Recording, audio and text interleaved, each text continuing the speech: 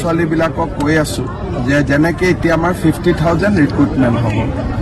7% hills type reservation আছে কাৰ্বি আলঙত এইবাৰ 80% ল'ৰা ছোৱালী মেট্ৰিক পাছ কৰিছে যোৱাবাৰ যথেষ্ট ল'ৰা মেজিষ্ট্ৰেটো হৈছে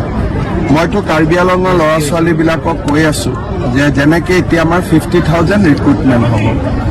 7% হিলছ টাইপ ৰিজাৰ্ভেশ্যন আছে কাৰ্বি ল'ৰাসকলে আগতে ষ্টেট গভৰ্ণমেণ্টৰ চাকৰিত এপ্লাই নকৰিছিল মই তেওঁলোকক কৈ আছো যে সকলোৱে আবেদন কৰিব লাগে কাৰণ অকল কাৰ্বি আলঙতে নহয় গোলাঘাট নগাঁও চবতে চাকৰি আছে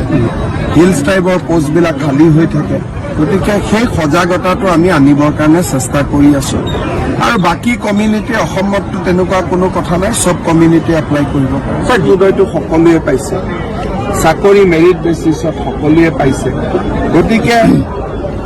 মই ভাবো যে সকলো শ্ৰেণীৰ মানুহে বিজেপিৰ প্ৰতি আকৃষ্ট হৈছে আৰু ভাল চৰকাৰ দেশত শান্তি আছে কোনো কনফ্লিক্ট নাই কাজিয়া পেচাল নাই গতিকে মানুহ ডেফিনেটলি বিজেপিৰ ফালে আহিছে বা আহি থাকিব টেটত 6 শিডিউলত যিমান চাকৰি আছে তেওঁলোকে নিজেই দিব মানে টেট পাছ কৰিব কিমান পোষ্ট আছে এইটো কাউন্সিলে জানে আমাৰ কাউন্সিলে তেওঁলোকৰ ৰিক্ৰুটমেণ্ট দিব